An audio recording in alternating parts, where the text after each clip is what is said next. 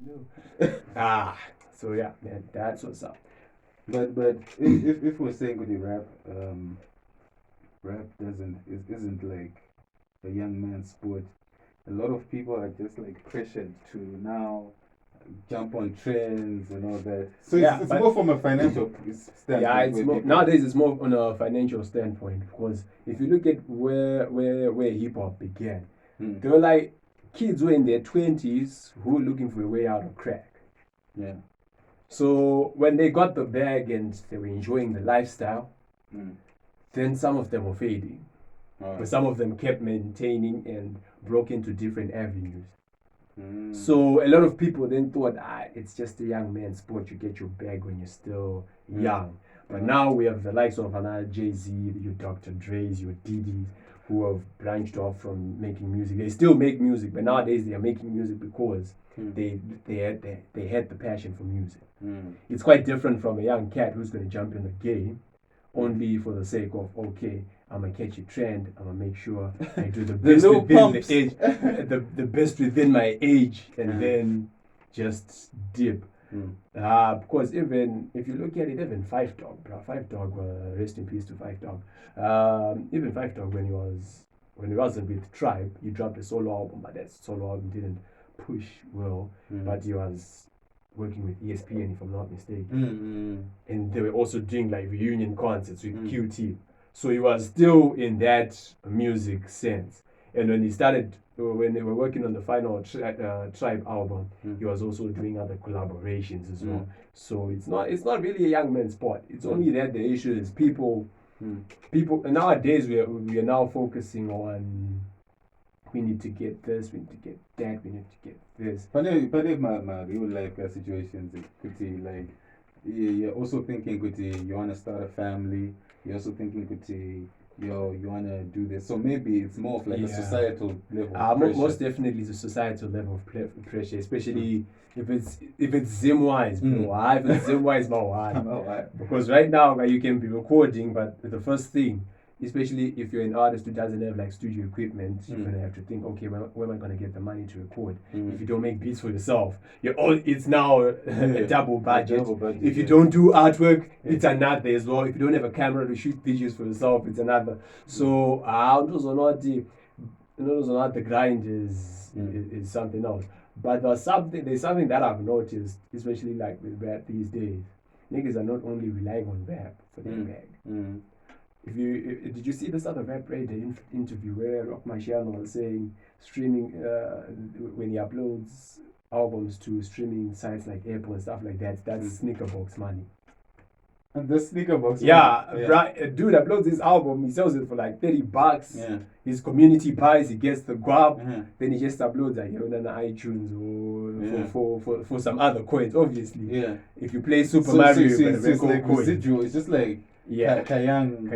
ngumbuzo ukuthi Baby P no. But you know that's the thing. It's like a carrot and a stick type situation where Uh. people think with the streaming. People, the thing is streaming. I was telling Don the other time. I was like, bro, you know what? The thing is with streaming, it's like people actually believe kuti, yo, if I stream, I can do I'll get like $1 million. If I Bruh, get the a million streaming. streams. If niggas really started the streaming game, they'll be crying. Yeah. They'll be crying.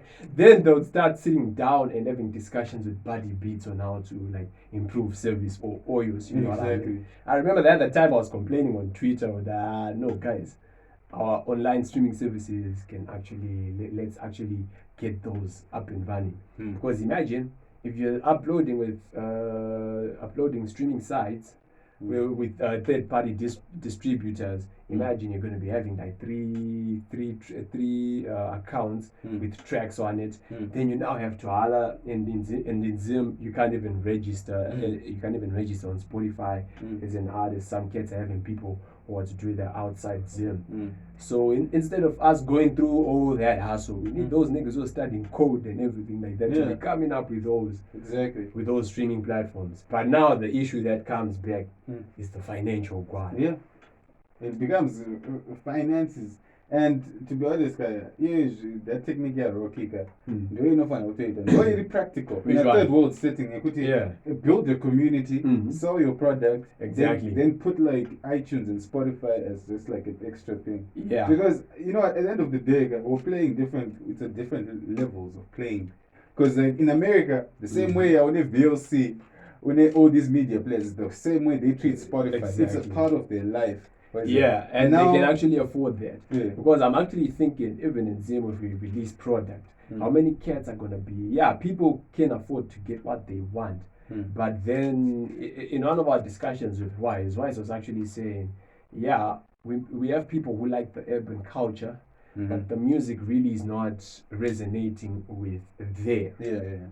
And in as much as, people can create the music that's resonating with them, do we have a middle class that can be able to, really like say, okay, someone I'm going posted to something where Begotten Son talked about that also back in the day about like there's no middle class to actually purchase.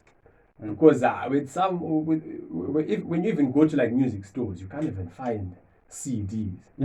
And if you can't find CDs, our producer is gonna be chopping up. Yeah. Because you end up on YouTube, which chop up something that's been posted by someone. Maybe someone has just posted it in 128 kilobytes per second. Yeah. So really, it then kills the craft a bit. Yeah. So we've got a long way to go though, but I think the future is us creating our own lane. Yeah, most definitely. The thing is, I feel like the system which is in place doesn't favor the artist. It favors it the never streaming platforms. favors the artist. So I think like instead of us trying to first of all try and copy the American technique of trying to pop, we have our own way of doing things.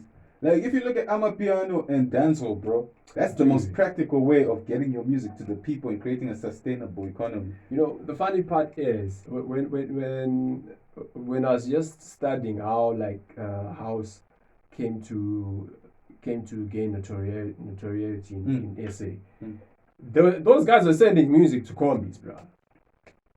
Back in the days when people were still moving around without these masks and something like that, their joints were in combis. Yeah. Same thing with Zim dancehall. Now with hip hop, the unfortunate part is hip hop is in phones. Yeah. And in cars of niggas who listen to hip hop. Yeah. But in combis, the funny thing is that people listen to hip hop.